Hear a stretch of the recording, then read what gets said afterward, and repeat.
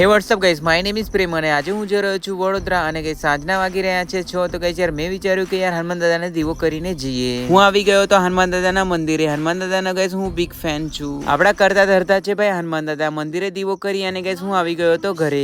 આપણે નીંજા બાઈક કરી લીધી છે રેડી. અહીંયા ગાડી મમ્મીને પેરી પેના કરી અને ગાઈસ હું આવી ગયો તો વાઘોડિયા. પેટ્રોલ પંપ પર ફ્યુલ નાખાઈ અને ગાઈસ ઠંડી એવી લાગી રહી છે કે ભાઈ નેક્સ્ટ લેવલ. હું આવી ગયો તો વડોદરા અને માંડવીમાં મેલડીના નામથી પ્રખ્યાત છે. અમુક લોકો વડોદરા બરોડા કહે છે અને ગાઈસ રિયલ કહાની એ છે કે ગાઈસ રાજાઓના ટાઈમ પર વડોદરાનું નામ બડોદા હતું. કાફી સારા લોકો શોર્ટમાં કહે છે બરોડા. અને સિટી ઓફ કલ્ચર ના નામથી બી ફેમસ છે વડોદરા. અને સાંજે ટ્રાફિક એટલો બધો હોય કે ભાઈ નેક્સ્ટ લેવલ.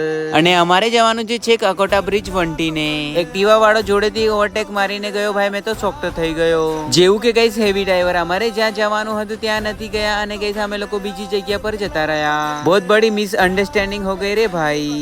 લોકેશન પર ભરોસો ના કરાય. ગાઈસ અમે લોકો બીજી સોસાયટીમાં ઘૂસી ગયા. ભૈયાને પછી ફોન કર્યો અને ગાઈસ અમે લોકો પછી રૂમ પર આવી ગયા. અને ભૈયા ભાભીએ જમવાનું બનાવ્યું છે પરાઠા અને હરી સબ્જી. અને આપ સૌ બધાને thank you for watching video. Love you all.